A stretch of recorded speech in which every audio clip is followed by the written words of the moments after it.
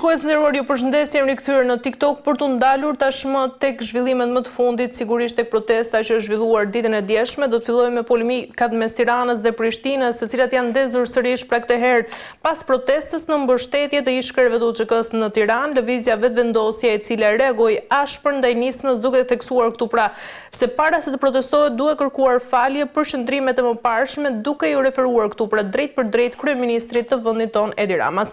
Dhe në reagimin e Intes Partia Demokratike ka thënë mëtej se nuk do të marrë pjesë në protestën për krerët e UÇK-s, pasi u tha se pjesëmarrës do të jetë dhe kryeministri Edi Rama, por ditën e djeshme kreu i qeverisë lajmëroi publikisht se nuk do të jetë i pranishëm, sigurisht sipas tij që do shmang të gjitha interpretimet e mundshme politizuese. Do ndalemi më pas në pjesën e dytë tek deputeti Gjerman Meyer, i cili ka kërkuar sqarime mbi ndikimin që mund të ketë rasti i Veliaj në vlerësimin e procesit i integrimit evropian të Shqipërisë, por edhe në perceptimin pra për gjendjen e sistemit drejtësisë në vend. Dhe në fund ndalemi te kreu i SPAK Altin Dumani, i cili ka komentuar për herë të parë publikisht arrestimin e ish presidentit të vendit Ilir Meta, i cili u ndalua rreth një vit më parë me forcë nga 10 polic pasi GKK-ja caktoi ndaj tij masën arrest me burg. Ne do ndjekim insertin më pas rikthehemi me të ftuarin. Polemikat mes Tiranës dhe Prishtinës janë ndezur sërish këtë herë pas protestës në mbështetje të ish krerëve të UÇK-s në Tiranë. Lëvizja vetvendosje reagoi ashpër ndaj nismës, duke theksuar se para se të protestohet duhet kërkuar falje për qëndrimet e mëparshme, duke referuar drejt për drejt kryeministrit Edi Rama. Sipas vetvendosjes, lufta e UÇK-s ka qenë e drejtë dhe pretendimi se brenda saj ka ekzistuar grup kriminal është i padrejtë, por Akimi Ramos nuk vënoi. Në një postim të gjatë në platformën X, kreu i qeverisë shqiptare është përgjigjur me ton ironik e vetvendosjes. Lëvizja vetvendosje më pas ka kushtuar një çarçaf të gjatë. Unë e kam denoncuar farsën ndaj Hashim Thaçit sa herë ka qenë rasti, ndërsa lëvizja dihet se ka lëvizur në atë drejtim, por unë s'jam në asnjë garë me ta. Rama shtoi se vetvendosja ngatron marrëdhëniet institucionale të Kosovës me Shqipërinë në çorbën e balotazheve komunale, duke kujtuar se gjykata speciale u ngrit për trafikun e organeve, jo për të marrë peng presidentin e Republikës së Kosovës. Kryeministri shqiptar theksoi gjithashtu se as nuk është organizator, as folës në protestën drejtësi për çlirimtarët, por e mbështet atë si qytetar, duke paralajmëruar se çdo politizim do dëmtonte qëllimin dhe popularitetin e saj. Kjo përplasje e re midis Ramës dhe vetvendosjes pritet të fillojë akoma më shumë tensionit politike midis dy qeverive shqiptare në një moment kur tema e ish krerëve të UÇK-s por rikthehet fuqishëm në agjendën publike. Mirë, kemi ndjekur insertin dhe sot për diskutuar mbi këto zhvillime të tjera kam kënaqësinë të kem të ftuar kryetarin e OVL UÇK, zotin Besim Hoda. Zoti Hoda, ju përshëndes, faleminderit që jeni me mua sot. Përshëndetje dhe për ju, kënaqësi dhe përshëndesim gjithë teleshikuesit tuaj. Zoti Hoda, në fakt kjo protestë e cila ishte parashikuar si shprehje e respektit pra ndaj çlirimtarëve, tani po shihet nga disa të tjerë si një duel politik mes qeverisë, por përfitues nga ana tjetër janë ata që përdorin tensionet për të konsoliduar edhe pozitat e tyre politike, pra siç ka ndodhur edhe përplasja midis Kurtit dhe kryeministrit shqiptar Edi Ramas. Mendimi juaj, apo përdoret kjo kauzë ish krerëve të UÇK-s pra për luftë politike mes Tiranës dhe Prishtinës, dhe si ishte ndërkaq dhe atmosfera ditën e djeshme në protestë? Shifni, çdo tendencë zënkave mes politikanëve shqiptar, veçanërisht atyre që sot janë bartës të funksioneve më të larta e shtetërore dhe kombëtare, është në disproporcion me protestën e djeshme të UÇK-s dhe me gjithë lavdin e ngritur që ka bërë UÇK-ja. Çdo zënk mes përfaqësuesve politik, atyre veçanërisht institucional në Shqipëri dhe në Kosovë, dëmton rënd imazhin dhe vlerat e UÇK-s dhe dëmton rënd sigurisht edhe ish pjesëtarët e UÇK-s që sot në mënyrë padrejtë mbahen në hak. E qartë, nga ana tjetër, a e shihni vetë reagimin e lëvizjes vetvendosjes si një mbrojtje të pastër të UÇK-s? Unë besoj që lëvizja vetvendosje duhet jap shumë më shumë. Institucionalisht Kosova e ka obligim moral të mbështet çdo pjesëtar të UÇK-s, pavarësisht kujt sektori politik i takon ose kujt ngjyre politike i takon konkretisht tani janë atje, për shkak se në hak sot janë 3 përfaqësues të PDK-s, subjektet politik PDK-s, dhe një që është edhe ish deputet dhe deputet konkret i vetvendosjes. Kështu që le shumë për dëshiruar mos mbrojtja institucionale, dhe unë do kisha dashur shumë që në protestën e djeshme, duke se nuk ka nevojë për fshehje. Në protestën e djeshme, ajo që mungoi shumë protestës djeshme ishte prezenca e zotit Albin Kurti dhe prezenca drejt për drejt edhe zotit Edi Rama, të cilët duhet qartazi dhe konkretisht vehen në krye të gjitha proceseve politike që dëmtojnë çështjen kombëtare, dhe çështje më të madhe kombëtare në fund shekullit 21 nuk ka se sa UÇK-ja. Dhe çdo tendencë për të ngjyrosur ose për të dëmtuar ose për të njëllosur UÇK-n në çfarëdo forme qoftë shumë e dëmshme, ne absolutisht nuk jemi kundër që individ të caktuar qoftë edhe krerë të UÇK-s të gjykohen për keqpërdorime të detyrave zyrtare ose të keqpërdorime të financave ose lloj-lloj keqpërdorime tjera, por jo në formën e asaj të dënohet UÇK-ja siç po të ndodhë të njolloset UÇK-ja. Kështu që do ish shumë më e shëndosh që në këtë vijë dhe në gjithë vijat që janë me interes kombëtar, sepse ju jeni vetë dëshmitar që kjo përçarje që po ndodh dhe që po thellohet dita ditës ka reflektuar jo vetëm në Kosovë dhe në Shqipëri, ka reflektuar shumë thellë në Maqedoni, sepse edhe dy subjektet politike shqiptare në Maqedoni njësoj po ndahen në krahun e Edi Ramës dhe në krahun e Albin Kurtin. Në momentet kur shqiptarët e Maqedonisë kanë shumë nevojë për mbështetje institucionale, si nga Kosova ashtu nga Shqipëria, për të mbrojtur sigurisht interesin kombëtar shqiptar në Maqedoni dhe jo për të mbrojtur interesa politike apo klanore të disa individëve, të cilët një pjesë fshehen pas UÇK-s dhe një pjesë tjetër fshehen pas Albin Kurtit. Kështu që apeli jonë gjithmonë që të reflektojnë ashtu siç e kanë edhe obligim kushtetues Shqipëria, të reflektojnë në mbrojtjen e interesit dhe të qenies shqiptare në Maqedoni, që cila ditë të rrezikohet dhe jo duke mbështetur krah politik, por thjesht duke qortuar dhe duke ulur në tavolinë gjithë strukturat politike shqiptare në Maqedoni, dhe të njëjtën gjë do të bëj edhe zoti Kurti, veçanërisht Kosova dhe institucionet e Kosovës, të cilët shqiptarët të Maqedonisë u kanë jashtëzakonisht shumë burç, duke filluar nga vitet 90-ta, edhe me luftën, edhe me prezencën drejtpërdrajt të shqiptarëve të Maqedonisë në luftën e Kosovës, sepse kjo lloj mbështetjes individuale apo grupore që po u bëhen subjekteve politike, e cila po reflekton nga ajo ndarje politike dhe nga ata thyrje shpatash individuale të zotit Rama dhe zotit Kurti, po e dëmton thellë dhe shumë thellë qenie shqiptare në Maqedoni dhe qenie shqiptare në Preshevë. E qartë, zoti Uda, nga ana tjetër, kryeministri i vendit tonë Edi Rama ka thënë se vetëvendosja nuk njihte as himnin e Kosovës 10 vite më parë, shprehet ai. Si lexoni ju këtë deklaratë të fortë? Është personale kjo ndaj Kurtit, sepse deklarata e Ramës është e fortë sigurisht dhe duket se ka edhe dy nivele, pra një sulm ndaj liderit aktual dhe një mesazh për skenën politike në Kosovë. Shifni, absolutisht, jo që këta nuk mbajnë, pa janë lojra politike të cilës shumë shpesh i kemi dëgjuar edhe përpara. Këto kanë ndodhur dhe zoti Rama shumë shpesh, për shembull ka Sharr, zotin Sali Berisha apo Ilir Metën dhe pastaj kanë bashkëpunuar politikisht. Është e vërtet shumë që vetëvendosja si subjekt politik ka mohuar flamurin e Kosovës, ka mohuar himnin e Kosovës, dhe sot Albin Kurti me krenari e mban në bluzën e tij flamurin e Kosovës dhe merr pjesë edhe në reprezentacionin e Kosovës, ku luan që deri dje ka thënë që nuk ka Kosovë reprezentacion.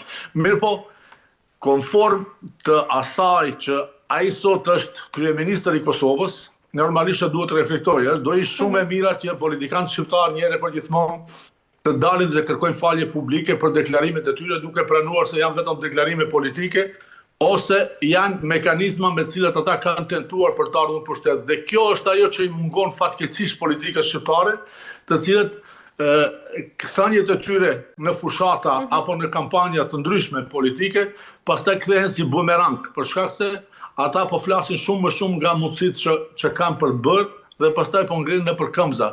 Po kjo është shumë e rëndë kur këta nëpër këmbëza pastaj bëhen si mollë sheri, duke penguar ose duke bërë një përçarje të jashtëzakonshme në momentet më vendimtare që po kalojnë bota po kalon një krizë të jashtëzakonshme, e cila mund të jetë fatale, jo vetëm për Evropën, për botën, po veçanërisht për shqiptarët. Dhe është momenti më i dur kur shqiptarët duhet të harrojnë zënkat e tyre, të vënë në krye të përgjegjësive të cilat ata përfaqësojnë. Mos harrojmë që Edi Rama nuk është vetëm sot kryeministri i shqiptarëve, të cilat janë socialistë, por është kryeministër i të gjithë shqiptarëve në Shqipëri, po jo vetëm atyre. Ne e shohim si kryeministër i gjithë shqiptarëve kudo që janë.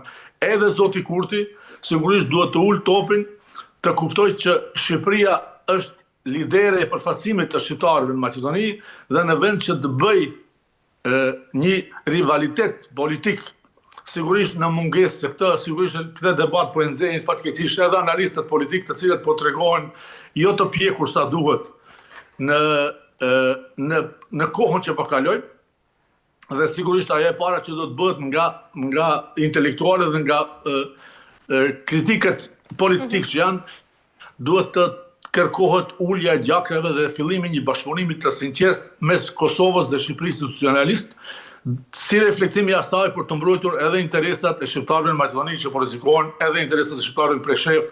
Mos harrojmë që Presheva para lufte ka pas 130.000 banorë dhe sot ka vetëm 40.000 banorë shqiptarë. Dhe gjithë kjo tjetra që folet që është kërkuar nga Hashim Thaçi që ndahet ose të bashkohet Kosova, në realitet para syve tonë po ndodh që Presheva po boshatiset totalisht nga shqiptarët dhe për një 10 vjeçar ajo nuk do ketë fare shqiptar. E qartë, Zoda, në fakt e gjithë kjo përçarja politike dhe mungesa e koordinimit midis të dyja vendeve pra Tiranës dhe Prishtinës duket nga ana tjetër se ka cënuar dhe unitetin kombëtar. Si e shpjegoni vetë faktin pra ishte një protestë për drejtësinë ndaj çlirimtarëve u kthye në një duel po i quaj politik mes dy qeverive shqiptare, pra kush është fajtori që po e prish unitetin kombëtar?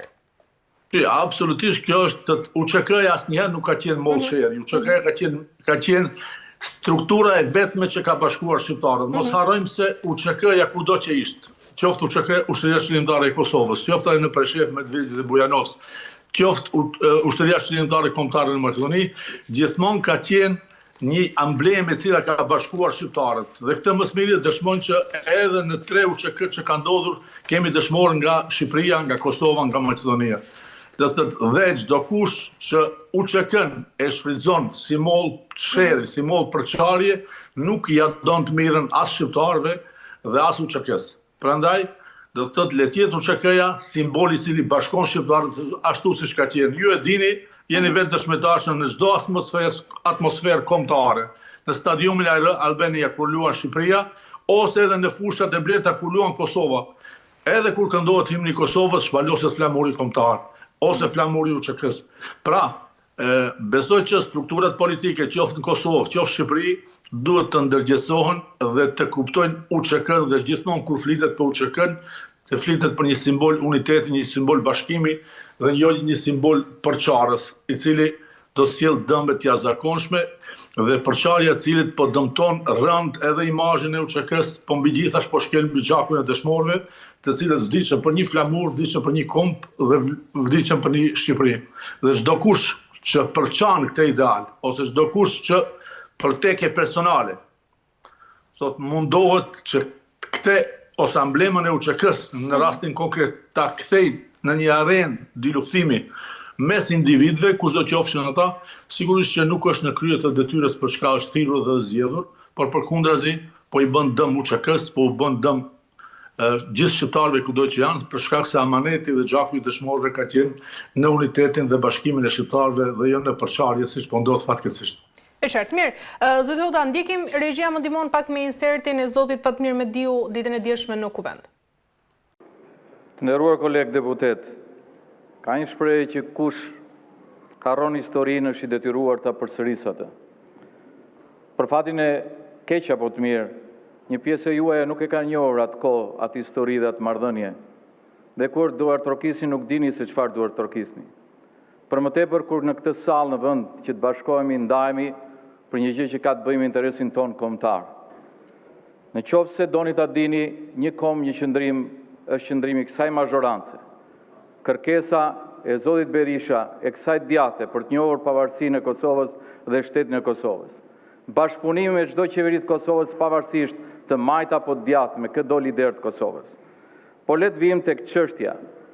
Ky kuvend jo vetëm duhet flasë për genocidin, por duhet shtoj në këtë rezolut për genocidin edhe lirimin e menjëhershëm të liderëve të UÇK-s, sepse janë pjesë e historisë që po përpiqet shtrembrohet pikërisht për t'i kthyer viktimat në kriminal dhe kriminal. Mirë, zotëta, ishte Fatmir Mediu i cili tha se do t'jem aty ku është Kosova. Mendoni se ky shëndrimi i zotit Mediu e nxjerr atë më shqiptar, po i shuaj se gjithë klasën tjetër politike të Tiranës?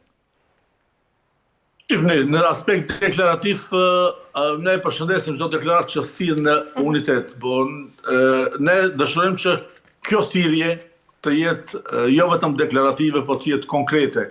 Dhe sigurisht që do ishim shumë të lumtur sikur djene protestë ose protestë tjera që janë të shifshim të radhitur të gjithë deputetët e Kuvendit Shqipërisë, të gjithë deputetët e Kuvendit Kosovës, të gjithë ministrat e Republikës Kosovës, të gjithë ministrat e Republikës Shqipërisë, kryeministrat dhe presidentët e tyre të radhitur njëri pas tjetrit në radhë parë, se vetëm në këtë formë do të mbrohej gjaku i dëshmorit, do të mbroheshin vërtet vlerat e luftës dhe shqiptarët do ishin një zënë në atë drejtim. Pajtohem jashtëzakonisht shumë me atë deklarat që tha që fatkeqësisht kjo përçarje që po ndodh, që ka ndodhur vazhdimisht, ka sjellur që shqiptarët dhe UÇK-ja sot në vend që tisht dhe trajtoheshin shqiptarët si viktima të gjenocidit të mbar botror që bota e ka njohur dhe jo nuk ishte rasti që NATO e intervenoi për të ndalur këtë gjenocid në Kosovë, që sot në tryezën e të akuzuarit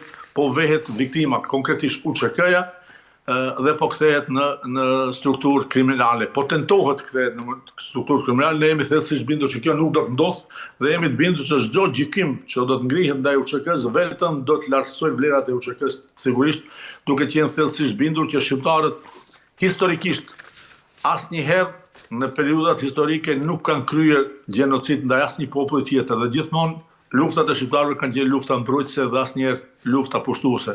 Asnjëherë në histori nuk mbahet mend që shqiptarët kanë pushtuar tokat huaja, por gjithmonë mbahet mend se shqiptarët kanë luftuar për mbrojtur tokat e vetë.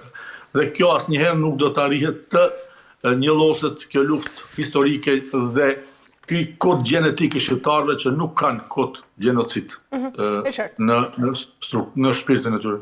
Zoti Jota, kur vetëvendosja shprehet në deklaratën e saj pra se para se të protestohet, thuhet duhet të kërkohet falje. Kujt duhet të kërkohet falje pra në këtë rast? Duhet të kërkohet falje të çlirimtarëve apo vetkombit? Dojoni, të gjithë strukturat politike, qoftë Kosovë dhe qoftë në Shqipëri, vërtet duhet të kërkojnë falje kombit shqiptar që me mos orientimin që kanë bërë politik të tyre, ose në përçarjet e llojit tillë që kanë ndodhur vazhdimisht në mos koordinimin e tyre, i kanë bërë dëm kombit shqiptar në përgjithësi dhe nuk po e zë vendin e merituar kombit shqiptar në përgjithësi në arenën ndërkombëtare.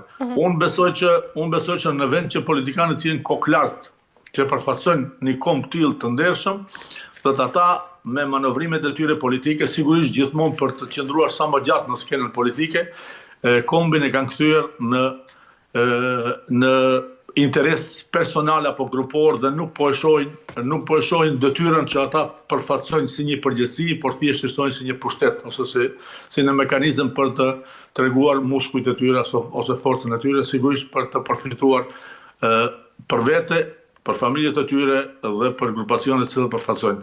Besoj që duhet UÇK-ja dhe këta protesta duhet të jenë ndërgjegjësim kombëtar, qoftë për Tiranën zyrtare, qoftë për Prishtinën zyrtare, veçanërisht në këta kohë që po kalojmë them, dhe veçanërisht në problemet që po kalojnë shqiptarët në Maqedoni, në Preshevë dhe kudo që janë jashtë. Ne po shohim që dita ditës po zbrazen trojet shqiptare, ne në Maqedoni nesër jemi para zgjedhjeve dhe sigurisht që ajo që më përpara do t'i ndërgjegjësoj politikanët, ju do të shihni nesër dhe lufta që po e kanë kuptuar tani nuk është më tani se kush do të fitoj, po është a do arrihet në hapësira shqiptare cenzusi i 33% që është vënë nga kushtetuta e Maqedonisë, që ata individ që do zgjidhen, a do të kenë cenzus zgjedhje apo do të shkohet në zgjedhje tjera. Në fakt, zoti Jota, kur politikanët përfshihen direkt ashtu si në Tiranë, por edhe në Kosovë, pra rreziku është real që kauza për drejtësinë të humbas ndoshta edhe fokusin, por edhe të shndrohet në duel politik duke cënuar sigurisht imazhin, por edhe rëndësinë historike të çlirimtarëve. Mendoni se ka rrezik pra që protesta për çlirimtarët të shndrohen në një përplasje politike që sigurisht do të ndëmtonin vetë çështjen e drejtësisë për UÇK-n? Absolutisht po, nëse shqiptarët nuk flasin një zëri në vijen mbrojtëse që them UÇK-ja në fund shekullit 21 është vlera më e madhe, ndoshta edhe vlera më e madhe e shekullit 21 që kanë shqiptarët, dhe në qoftë se subjektet politike nuk e kuptojnë këtë mesazh, nuk e kuptojnë që UÇK-ja dhe gjaku i dëshmorëve dhe sakrificat gjithkombëtare e UÇK-s, thashë populli e dha verdiktin, populli mbështeti UÇK-n si Shqipëria, si populli shqiptar i Shqipërisë, si populli shqiptar i Kosovës, si populli shqiptar i Maqedonisë, dhe gjithmonë kur ishte në pyetje UÇK-ja, veçanërisht në momentet kur digje gjithçka ndërkëmb, shqiptarët ishin bashkë. Kështu që UÇK-ja duhet të jetë gjithmonë ku paraqitet dhe ku thirret UÇK duhet të jetë simbol bashkimi. Dhe vetëm në këtë mënyrë ne do të mbrojmë edhe krerët e UÇK-s, po mbi gjithashtu ne do të mbrojmë gjakun e dëshmorëve dhe idealin e gjithë atyre dëshmorëve dhe martirëve, jo të vetëm të luftave dhe të fundshekujt, po të gjithë shekujve dhe mijëvjesharëve që shqiptarët kanë kërkuar. Pra në momentin kur shqiptarët janë më afër se kur për të bashkuar, politika ose ata njerëz që thirren dhe që paguhen mbi gjithashtu janë argat të këtij popullit, po punojnë për armikun dhe jo për popullin për cili i paguan dhe i ka dhënë në pozicione të tilla. Zoti Ota, mendoni se nëse sot Hashim Thaçi do të ishte i lirë, do të qëndronte në heshtje përballë kësaj përçarje që po ndodh mes nesh, apo do të fliste hapur, sepse sigurisht pra figura historike e Thaçit mund të kishte ndikim në atmosferën politike?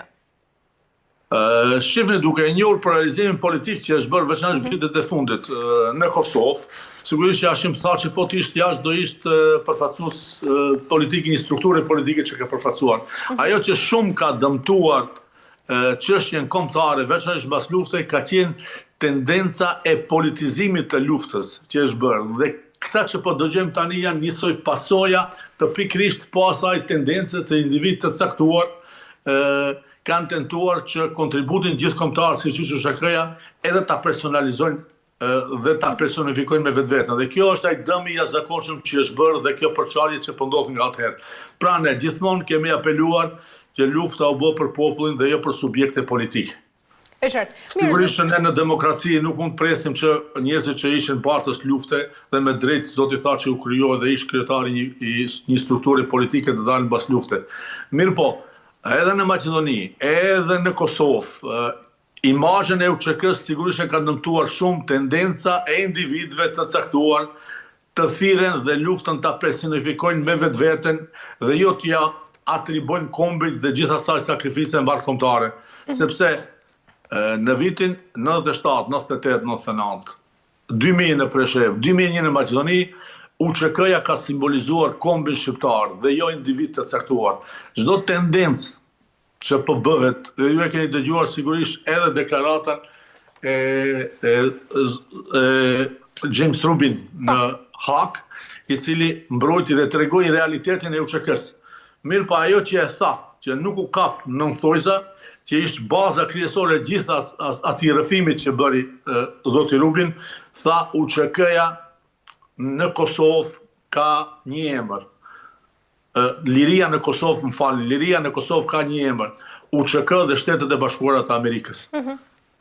Domethënë, kjo është e vërteta, po mbi gjithë është përmendi përpara UÇK-n dhe çdo tendencë për të personifikuar UÇK-ja, qoftë në Kosovë, qoftë në Maqedoni nga zoti Ahmeti, dhe veçanërisht kur politika shqiptare dhe politika në Kosovë po i aplaudon tendencave të personifikimit. Shifni, UÇK-ja duhet të lehet të trajtojë historia. Dhe ne kemi kaluar tani 25 vjet, ka kaluar një brez dhe UÇK-ja duhet t'i takojë historisë dhe duhet mësohet nga historia dhe mbi gjithash UÇK-ja duhet t'i atribuohet gjakut të derdhur të dëshmorëve. Ne sot kemi familjen Jashari. Kemi një familje e cila është simbol në botë për sakrificë për liri. Në vend që ne sot në Kosovë dhe në Shqipëri ne kemi nisur një iniciativë të ndërtojmë një institucion, familja Jashari, e cila do jetë një institucion bashkëkombëtar, i cili do të bashkojë shqiptarët. Ju e pa që në protestën e dieshme nuk ishte edhe zoti Rifati Jashari, nuk ishte askush përfaqësues i familjes Jashari.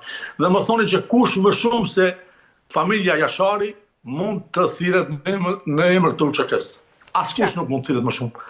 Prandaj politika shqiptare në Kosovë, politika shqiptare në Shqipëri dhe kudo që është, duhet të tentojnë që këtë vlerë, që është familja Jashari, të ngrihet në një institucion kombëtar, që mos kesh përdoret as nga politika ditore në Kosovë, as nga politika ditore në Shqipëri, dhe të jetë një institucion dhe një simbol gjithëkombëtar, i cili sa herë që do të ketë probleme me karakter kombëtar, do të jetë në tryezën e bisedimeve, për shkak se vetëm përballë asaj familje, vetëm përballë gjakut të dëshmorëve, shqiptarët duhet heshtin kur përmendet UÇK-ja. dhe çdo individ tjetër i cili mundohet të personifikojë UÇK-n, kushdo qoftë ai, bën gabim trashanik për veten, për kombin dhe për qëllimin që ka pas UÇK-ja, që është vetëm sakrificë kombëtare. Pra, unë do kisha dashur që mos politizohet edhe vetëvendosja, mos personifikojë UÇK-n me zotin Hashim Thaçi. Zoti Hashim Thaçi, duam apo s'duam ne, ka qenë përfaqësues politik i UÇK-s. Dhe gjithmonë kur ky thirret si i tillë, duhet nderohet nga gjithë institucionet në Kosovë, në Shqipëri dhe kudo që janë. Dhe është krejt tjetër karakteri i zotit Thaçi si politikan. Qartë. Që do thot në tryezën e gjykimit si politikan, absolutisht askush nuk do kish kundër që zoti Thaçi nga 2002 këndej të jap përgjegjësi për meritat apo keqpërdorime që mund të jenë bënë në detyrën zyrtare. Mirë, po mos harrojmë diçka, që pikërisht duke qenë presidenti i Kosovës, zoti Thaçi është thirrur dhe është akuzuar në hak. Dhe kjo është ai dëmi i difisht që po gjykohet edhe UÇK-ja, gjykohet edhe shteti i Kosovës për shkak se zoti Thaçi është thirrur, kur është thirrur në hak, është denoncuar duke qenë president i Republikës Kosovës. Dhe ne duhet të jemi koshient shumë që mos të bëjmë një ndarje mes individit zoti Thaçi dhe përfaqësuesit politik të UÇK-s, zoti Thaçi, zotit Kadir Veseli, zotit Recep Selimi dhe zotit Jakub Krasniqi. Pra, janë amblema dhe figura politike. Çfarë duhet të them për këtë? Duhet të them që kur është në pyetje mbrojtja e këtij procesi që është totalisht i padrejtë, sepse në hak sot dënohet amblema e UÇK-s. Këta njerëz ishin bartës të UÇK-s. Dhe jam dakord pastaj që kur të mbrohet kjo dhe kur UÇK-ja dale, dhe jam i bindur, absolutisht jam shumë i bindur që këta njerëz do të lëshohen sa herë që këta do të gjykohen për UÇK-n. Mirë po, absolutisht edhe unë jam i mendimit që çdo individ, çdo politikan i cili ka bajt funksion publik të gjykohet dhe të trajtohet për të mirat apo për të këqijat e tija që ka bërë në krye të detyrës si bartës i funksioneve publike. E qartë, mirë Zoti, duke qenë se kemi arritur në fund, do doja ta mbyllnim me një mesazh pra nga ju si kryetari i OVL UÇK-s. Cili do të ishte mesazhi juaj për të dy lideret pra të cilët kanë nisur këtë konflikt një ditë para se të ndodhte edhe protesta për UÇK-n, për zotin Rama dhe zotin Kurti, pra sigurisht mund të jetë thirrje për bashkëpunim, por edhe sakrificën ndaj UÇK-s. Sigurisht, mesazhi im do të ishte ky, që sa herë që të paraqitet amblema e UÇK-s përpara në ndërbalë të një proteste, thotë zoti Thaçi, zoti Edi Rama dhe zoti Kurti duhet të jenë bashkarisht në krye të detyrës, për shkak se amblema e UÇK-s nuk është çështje personale, nuk është as çështje politike, as nuk është çështje grupore e një subjekti politik, po është thjesht një thesar dhe një emblem kombëtare. Dhe çdo kush që në këtë emblem ose duke shfryzuar këtë emblem për cilë përçarje në popull, vetëm i bën dëm edhe UÇK-s, edhe popullit shqiptar në përgjithësi. Pra, le të jetë amblema UÇK-s sot, le të jenë këta njerëz që janë në hak sot për të gjykuar, le të jenë simboli i bashkimit shqiptarëve, dhe ky bashkim sigurisht do të reflektojë them gjithkund ku janë shqiptarët, edhe do të ul politizimin e skajshëm ose parcializimin e skajshëm të politikës, veçanërisht në Maqedoni dhe në gjithë vestet tjera ku nuk udhëheqin shqiptarët, por shqiptarët janë kthyer në tifo grupe politike ose në deg politike ose partijake të njerëz apo tjetës parti në Kosovë ose në Shqipëri, duke tentuar që në vend të përgjegjësive që marrin dhe që paguhen për të mbrojtur interesat e popullit shqiptar, konkretisht po flas sot në Maqedoni, që është shumë e dhimbshme, ata tani po gjejnë krah mbështetës njëri në Shqipëri dhe tjetri në Kosovë, duke shfrytzuar këtë përçarje që po ndodh dhe jo të japin llogari popullit shqiptar në Maqedoni, popullit përvojtur shqiptar në Maqedoni, i cili sot rrezikon të bëjë një kthim prapa retrograd në interesat e tij dhe në të drejtat e tij legjitime që ka.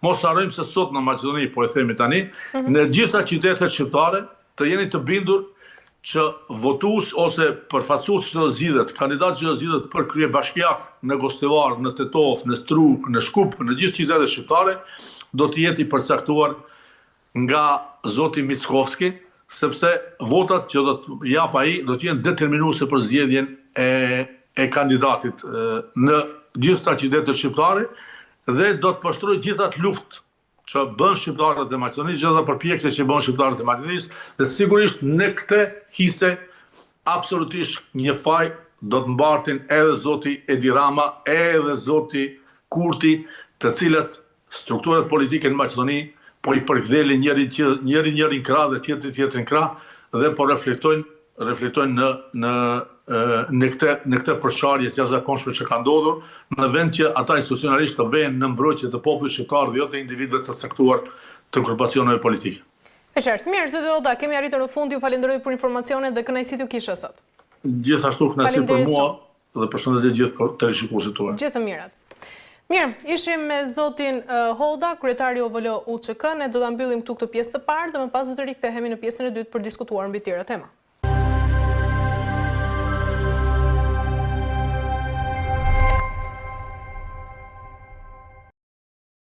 Mirë, jemi rikthyer tashmë në pjesën e dytë të nderuar televizionist, do ndalemi tek të tjera zhvillime, fillimisht do ndjekim insertin dhe pas rikthehemi me të ftuarit.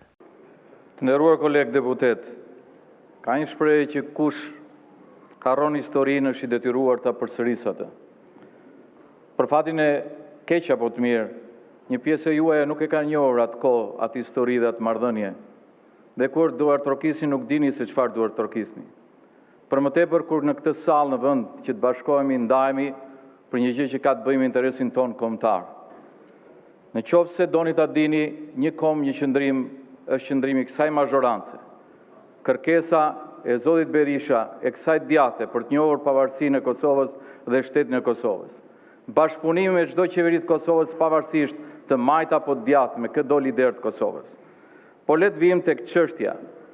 Ky kuvend jo vetëm duhet flasë për genocidin, por duhet shtoj në këtë rezolut për genocidin edhe lirimin e menjëhershëm të liderëve të UÇK-s, sepse janë pjesë e historisë që po përpiqet shtrembrohet pikërisht për t'i kthyer viktimat në kriminal dhe kriminal. Mirë, kemi ndjekur insertin dhe sot për diskutuar mbi këto zhvillime dhe të tjera kam kënaqësinë të kem të ftuar ditën e sotme zotin Alfred Halilaj, profesor. Ju përshëndes. Përshëndetje dhe faleminderit për ftesën. Zoti Halilaj, do doja ta nisja me insertin që sapo dëgjojmë së bashku, pra ashtu si e patë edhe ju Partia Demokratike refuzoi pra të marrë pjesë në protestën me arsyetimin se aty do të ishte edhe kryeministri i vendit tonë pra Edi Rama. A ju duket kjo si një justifikim apo nga ana tjetër është edhe mungesë guximi sigurisht për të mbrojtur çlirimtarët, sepse duket se refuzimi i Partisë Demokratike ka ngjallur edhe më shumë debate. E parë kështu në këtë mënyrë siç trajtohet, rezultati është ky. Por po ta shikojmë pak më me detaje, edhe kryeministri i Shqipërisë në një farë mënyrë mezis priste që të mos ishte aty. Pra, dy liderët kryesorë në vend kanë zgjedhur që të mos jenë në këtë tubim protest, dhe shkaqet mendoj që mund të jenë pak më të mëdhaja, pra pavarësisht se na duket sikur s'ka komunikim, por që mund të ketë një komunikim disi më strategjik. Unë kështu të paktën e lexoj, në mënyrë që të mos rezultojë që shteti shqiptar institucionalisht të mos jetë i përfshirë në një protestë e cila niset në ish veteranët e luftës për të mbrojtur ushtrinë çlirimtare të Kosovës si një nocion dhe për të mbrojtur të burgosurit politik që ndodhen sot në Hag. Pra, unë dua ta lexoj në këtë mënyrë, sepse në një pavarësisht nuancave dhe pavarësisht problemeve që kanë pasur partitë politike në vend, dhe pavarësisht dëshirës së tyre për t'i përdorur politikisht protestat që lidhen me nacionalizmin dhe kombëtaren, mendoj që në këtë rast kanë qenë disi më të kujdesshëm. Sigurisht nuk mohon historikun e raporteve të secilës parti me Kosovën, me luftën, sepse i ka qelluar që në kohë të ndryshme njëra palë apo pala tjetër të jenë në pushtet dhe secila tashmë e ka të shkruar historinë e saj në raport me qëndrimet që kanë mbajtur ndaj Kosovës në tërësi. Gjithsesi, unë mendoj se nëse do të kthehemi pastaj edhe mënyrën se si po instrumentalizohet, ka përtej asaj politikës makro të rënjes dakord, pra që shteti të jetë i kujdesshëm dhe institucionet jenë kujdesshme në përfshirjen drejt për së drejti në këtë protest, në të nëndveshmen e saj, ashtu siç i ka mesazhet politika, palët kanë kërkuar sigurisht që të përfitojnë nga kjo protest.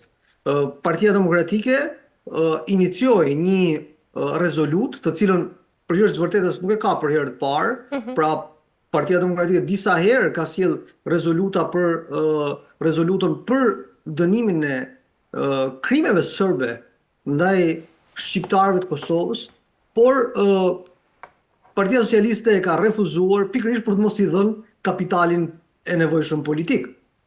Partia Socialiste e pa si një mënyrë për të shfrytzuar në të nëndveshme atë mungesë që e ka në subkonsciencën e saj historike në raport me qëndrimet ndaj Kosovës, kështu që e pa në të nëndveshme të secila palë u përpoq të përfitonte siç i ka ligjësitë e liga politika, por nga ana tjetër mendoj që rezultati ishte që në atë protest morën pjesë të majtë dhe të djathtë, unë njoh kam shumë miq të cilët morën pjesë dhe e shprehën solidaritetin me luftën e drejtë të ushtrisë lirimtare të Kosovës dhe me solidaritetin me të burgosurit tërësisht politik që ndodhen sot në Hagë, njerëzit që ishin jo vetëm udhëheqësit e luftës, por edhe ata që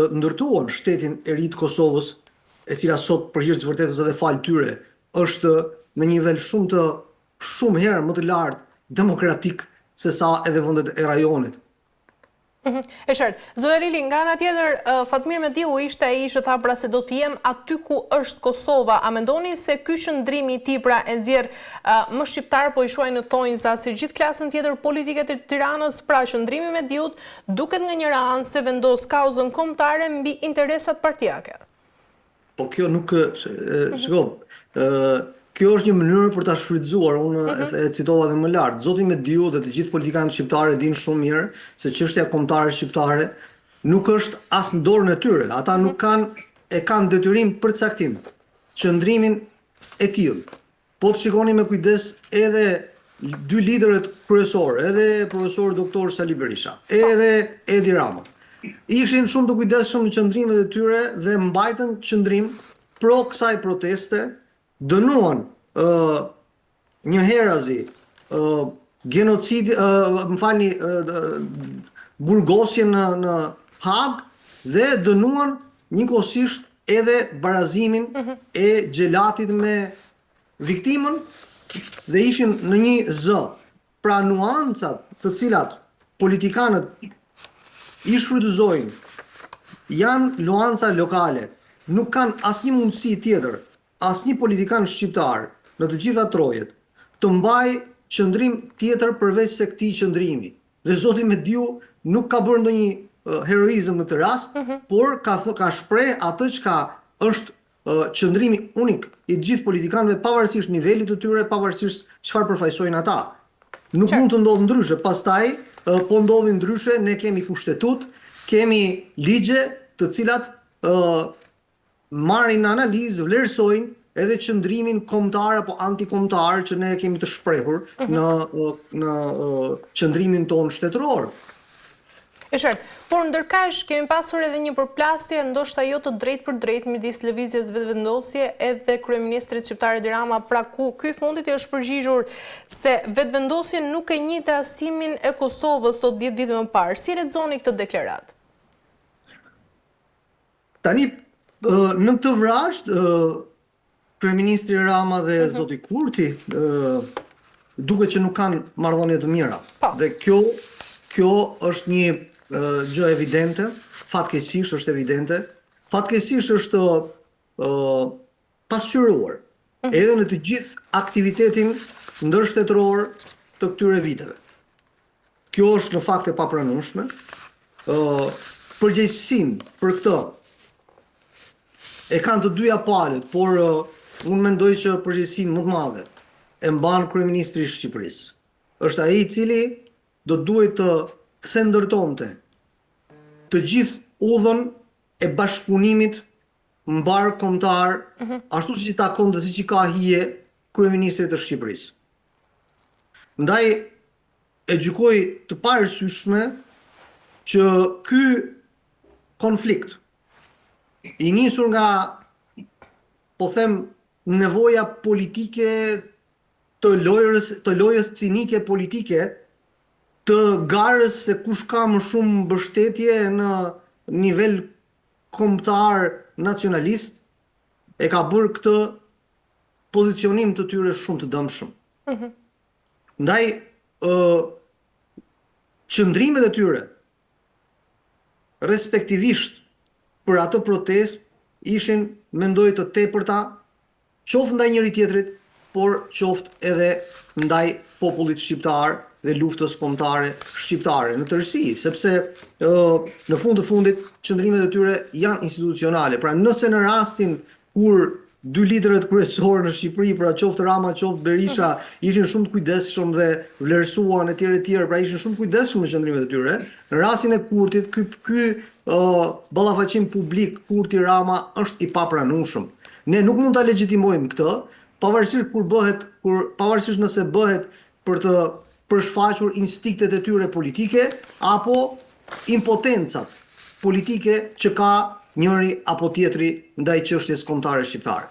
Ndaj është e papranueshme, e gjykoj që është shumë e dëmshme dhe e gjykoj që nevoja për të shfrytzuar politikisht duhet të menjanohet në mënyrë që shqiptarët të ndihen të paktën të paqët me çfarë kanë realizuar dhe të mos tërhiqen nga pozicionimi i tyre i drejtë dhe për t'i ndihmuar në mënyrë të drejtë për drejtë ata që sot po vuajnë dënimin në mënyrë të pamerituar. E qartë. Zoja Lilej, për të mbyllur këtë çështje të parë, mendoni se nëse sot Hashim Thaçi do të ishte i lirë, do të qëndronte në heshtje apo do të fliste përballë kësaj përçarje që po ndodh mes shqiptarëve? Po unë nuk do ta quaja përçarje, unë do ta quaja sepse është shumë e madhe kjo. Domethënë qëndrimet politike të përfitimit politik momental nuk mund të jenë përçarje midis shqiptarëve. S'mund të jenë, sepse ne fenomene të tilla kemi pasur gjatë historisë tonë shekullore, që kur ka ndodhur ndarja e trojeve shqiptare, individë të caktuar që në momente të caktuara kanë mbajtur poziciona apo poste të caktuara, edhe kanë bashkëpunuar deri atje sa kanë bashkëpunuar dhe me pushtuesit. Por nuk e ka bërë kurrë konceptin e unitetit të kombit shqiptar në raport me situatat, pavarësisht se historia e deshi që ne të jemi të ndarë në këtë mënyrë, në mënyrë të padrejtë, në të paktën 4 shtete, një kombi vetëm, për të mos thonë 5 dhe 6, që është e padrejtë, kjo është historia jonë, por nuk kemi pasur kurrë përçarje në raportin e popullit dhe të vetdijes dhe të kombit në raport me ato se çfarë ne duam, çfarë përfitojmë si të përbashkëtën tonë. Ndaj qëndrimet politike momentale nuk mund i shikojmë si përçarje, por ama mendoj se edhe zoti Thaçi po të ishte, mendoj se do të ishte shumë herë më i kujdesshëm për të qëndruar në nivelin e unitetit kombëtar dhe jo në përçarjet e vogla politike momentale, të cilat nuk e ndërojnë askënd. Qartë. Mirë, zoja Lilej, ndjekim tjetër inserin më pas rikthehemi për të ndalur tek Veliaj. Deputeti i Bundestagut gjerman Andreas Mayer është drejtuar qeverisë federale me një sërpyetësh lidhur me situatën e kryebashkiakut të Tiranës Eriun Veliaj, i cili ndodhet ende në paraburgim pas 8 muajsh. Deputeti gjerman ka kërkuar sqarime mbi ndikimin që mund të ketë rasti i Veliajt në vlerësimin e procesit integrimit evropian të Shqipërisë dhe në perceptimin për gjendjen e sistemet drejtësisë në vend.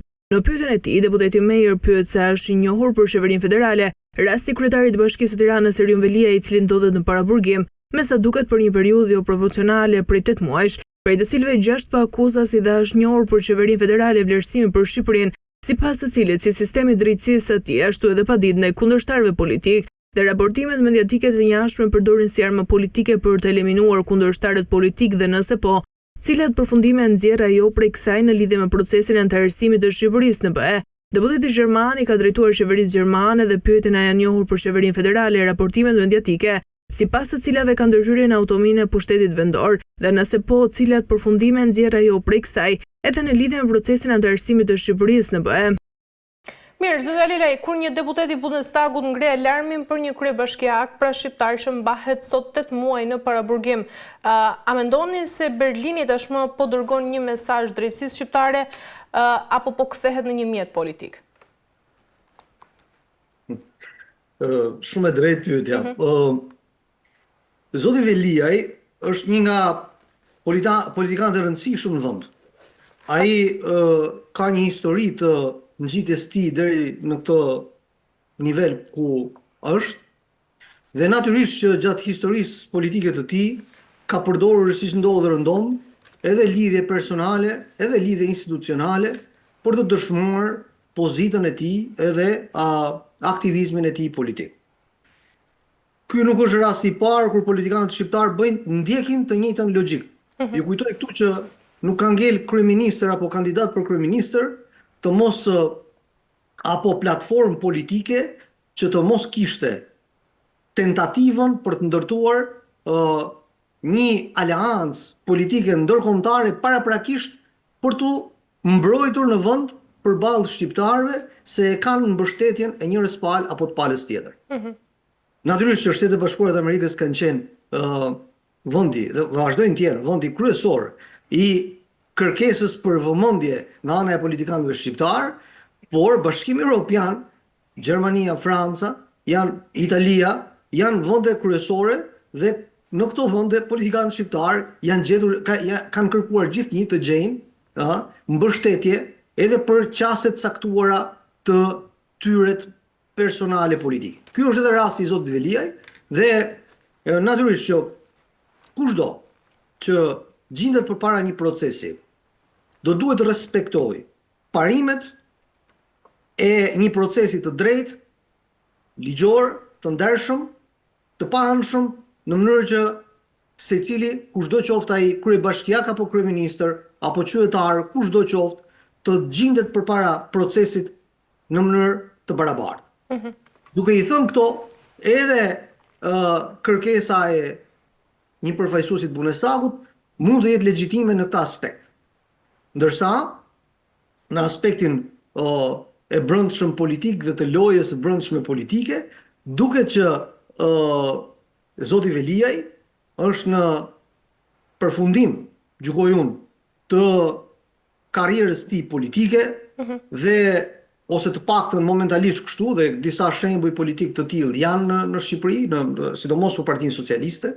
Kujtoj këtu rastin e zotit Tahiri, ish ministrit brendshëm, sepse ne harrojmë shpejt edhe na ikin shembujt se çfarë ka ndodhur, por edhe zoti Veliaj në të njëjtën vrazh mendoj që është në fund të aktivizmit tij politik dhe është në fund të një procesi i cili ashtu siç e nisi mendoj unë ecurinë e tij politike, ashtu edhe po e merr mbrapsht të gjithë ato, po them, mendoj, mënyrë jo të drejtë, jo strukturore, jo meritore, nxitjen në politikë.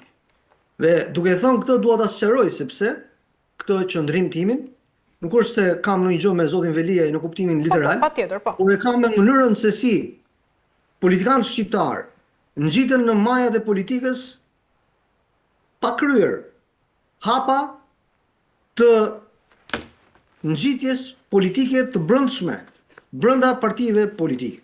Dhe këtu vim tek një problem shumë herë më i madh, kur ngjitjet në politik vinë si pasojë e dëshirës qëndrimit apo ides personale të një individi, sigurisht që edhe rënja nga ai moment do të varet nga ai që ty të ka ngjitur.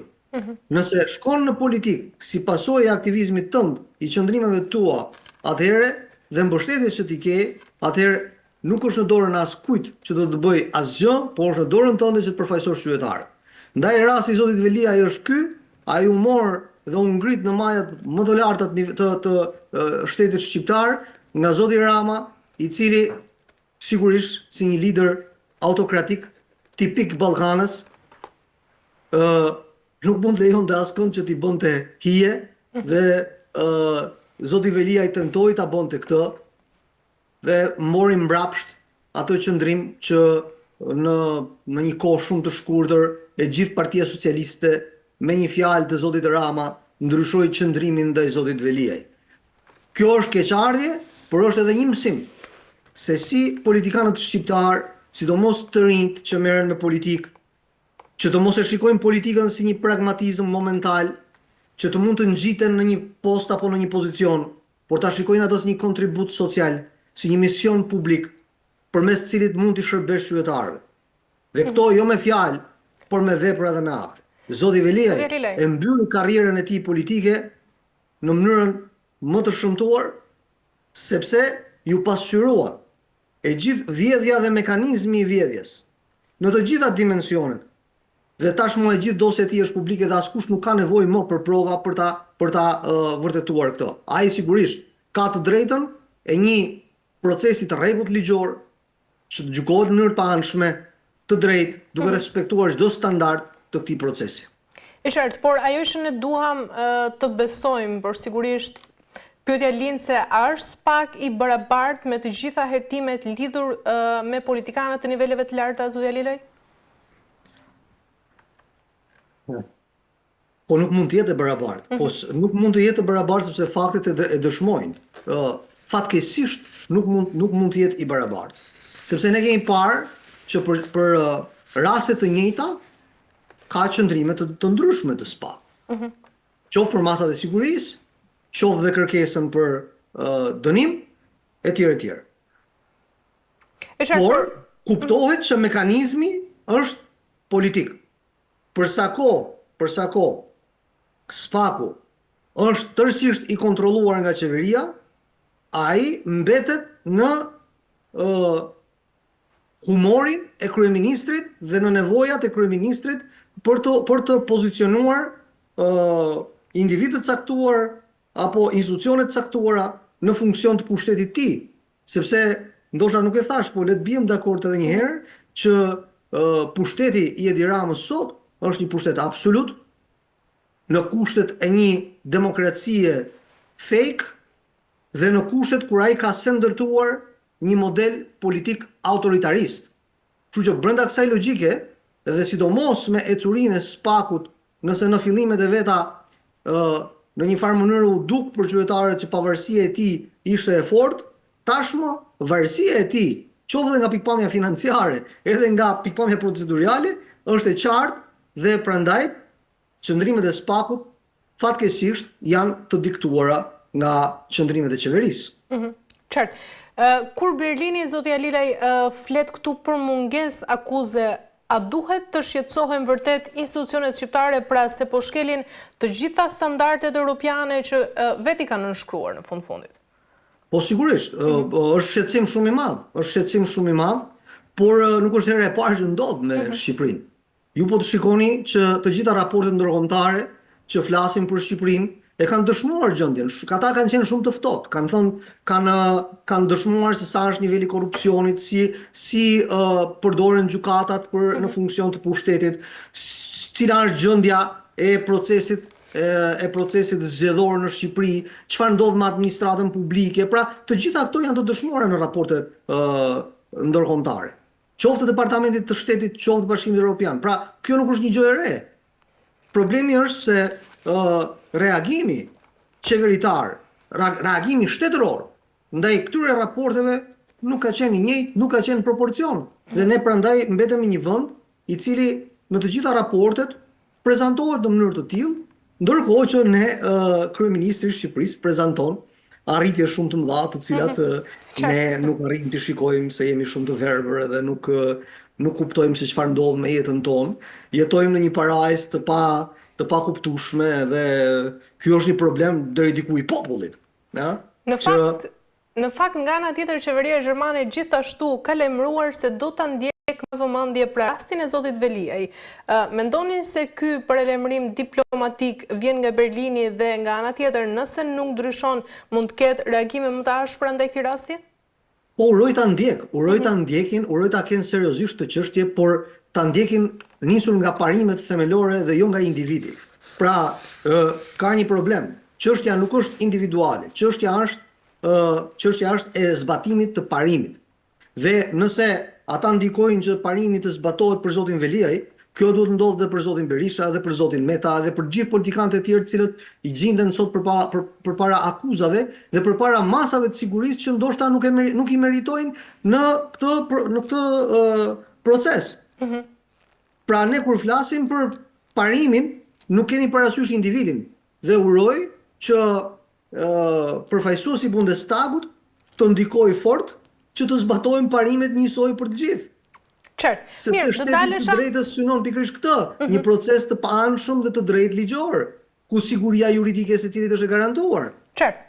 Do doja të ndalesha pikërisht tek zoti Ilir Meta. Kreu i SPAK, Altin Domani, ka komentuar për herë të parë publikisht për arrestimin e ish-presidentit Meta, i cili u ndalua rreth një vit më parë me forcë, thuhet, pra nga 10 policë, pasi GKK-ja caktoi edhe ndaj tij masën arrest me burg.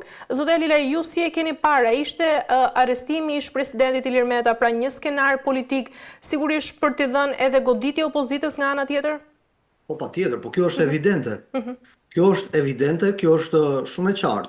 Qoftë arrestimi i zotit Meta, i cili për hir të vërtetës nuk nderon askënd, asnjë polici në botë dhe asnjë polici, po them perëndimore, se në vendet e botës tretë ku nuk kanë, apo vende diktatoriale e kanë praktik këtë, por në vendet perëndimore me një shtet normal të së drejtës, ajo metodë e arrestimit të zotit Meta ishte e papranueshme. Ashtu siç është për shembull arrestimi dhe masa e arrestit për zotin Berisha, sepse në fund të fundit të dy ishin personalitete politike të cilët nuk rrezikonin të iknin nga vendi.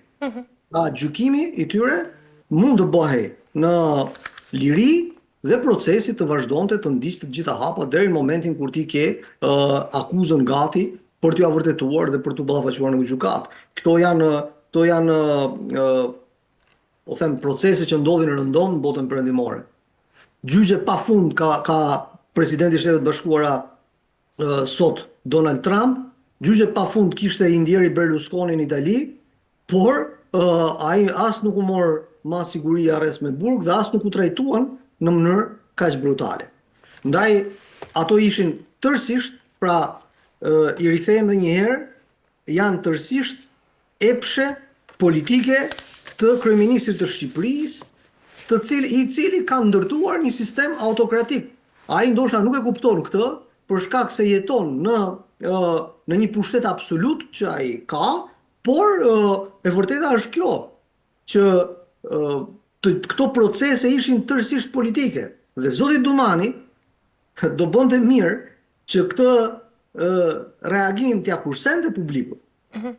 Sepse është shumë e qartë që prokuroria e posaçme në udhëzimet e saj dhe në proceset e saj është shumë e qartë se si orienton, se si organizon masat e sigurisë e tjerë, aq më tepër për një personazh politik siç ishte zoti Meta apo siç është zoti Berisha, që kujdesi ndaj tyre duhet të jetë shumë i lartë, sepse në fund të fundit ata përfaqësojnë opozitën shqiptare dhe në minimalen e saj, edhe sikur të përfaqësojë 30-40, ata e përfaqësojnë një pjesë të popullit shqiptar dhe kujdesi ndaj edhe nëse ata janë të fajshëm, ndaj tyre duhet të jetë i lartë në mënyrë që të ruhet ajo që quhet drejtësi sociale, që është shumë herë më e lartë edhe shumë herë më e rëndësishme se sa dënimi i një individi të caktuar. Sepse këtu nuk po flisnim vetëm thjesht për zotin Meta si individ, por zoti Meta si një përfaqësues i një partie politike, apo nuk flasim për doktor Berishën si një individ, por si kryetari i opozitës shqiptare. Kështu që kujdesi ndaj tyre, jo për t'i falur, për t'i amnistuar, por në respektin që duhet treguar ndaj tyre. Dhe në rastin e zotit Meta, kjo ishte flagrant.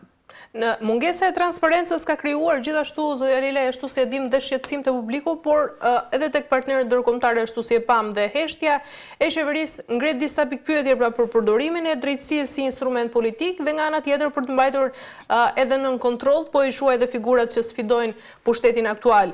Pse heshtje është pyetja ime, qeveria për 10 muaj ndërsa një ish president vahej në burg pa akuzë të qartë? Po sepse është politik. Sepse zoti Rama me dy rivalet e vetë politik, zotin Berisha dhe zotin Meta, nuk e ka vetëm thjesht çështje të ushtrimit të pushtetit. Ai është i garantuar në pushtetin që ka ndërtuar, por ai qëllimin e ka edhe tek eliminimi politik i opozitës. Më vjen keq që e them këtë fjalë kaq të rëndë dhe kaq të madhe, por që në mënyrën se si është organizuar sistemi politik në këto të paktën 8 vitet e fundit, dëshmon që zoti Rama nuk ka dashur dhe nuk do një sistem politik me një opozit kontrolluese. Pra, është fatkeqësi, është dhimbje e madhe kjo që them, por në fund të fundit, në historinë e njerëzimit, ne njohim njerëz të cilët, lider të cilët kanë ndërtuar për vendet e tyre sisteme demokratike apo sisteme diktatoriale. Kështu që aty marr një rast shumë interesant, që dëshmon edhe qëndrimin jo të njëjtë dhe bot kuptimin jo të njëjtë të liderëve politik përtej anës po them politike. Në vitin 2007, Edi Rama në atë kohë në opozit refuzonte të merrte pjesë në zgjedhjet lokale. Për hir të asaj kohe që ishte çështja e certifikatave etj. Etj. Por unë mbaj mend një deklaratë shumë të fortë të doktor Berishës, që ishte njëkohësisht edhe kryeminist, i cili tha: unë nuk futem në zgjedhje pa opozitën. Sepse vendi im nuk mund të jetë një vend monopartial. Dhe ky është një qëndrim prej shtetari. Unë nuk po përmend gjëra të tjera sepse ai ka, secili lider ka momentet e veta dhe po them fajësitë e veta etj. Etj. Po ky është një moment prej shtetari dhe kur vim në vitin disa vite më vonë, kur zoti Rama u gjend përballë presionit të opozitës shqiptare për të mos marrë pjesë në zgjedhje, pra për të bojkotuar, në vend që të ishte shumë herë më i përgjegjshëm dhe të bënte gjithçka, opozita shqiptare të merrte pjesë dhe gara të ishte midis palëve, ai u fut i vetëm në zgjedhje. Kjo dëshmon instiktin e tij politik autoritarist për të qenit një shtetar që i synon të ndërtojë demokracinë në vend. To janë momente të cilat janë kruciale për demokracinë e brish shqiptare, sepse nga ai moment kur ai hyri vetëm në zgjedhje, zgjedhjet bashkiake kaluan votimet bashkiake, i dhanë një pushtet pa merituar në mbar vendin Partisë Socialiste dhe zoti Rama, dhe nga ai moment e mbrapa opozita shqiptare, Partia Demokratike pësoi një rënje shumë të fortë elektorale, për shkak se harta elektorale në Shqipëri, stratifikimi social në Shqipëri, mënyra se si njerëzit bëjnë politik në Shqipëri, është e lidhur shumë edhe me pushtetin politik. Nëse të ke pushtet absolut, e ke pamundur të kesh opozit. Dhe këtu jo të jetë doktor Berisha, po ju të merrni këtë doni ta vendosni në krye të opozitës shqiptare, shkencëtarin më të mirë, studiuesin më të mirë, njeriu më të pastër, përballë një sistemi i cili ka kapur çdo qelizë, e ke të pamundur të mund të ndërtosh një opozit dhe një qëndrim opozitar. Tani në këtë rast që po flasim,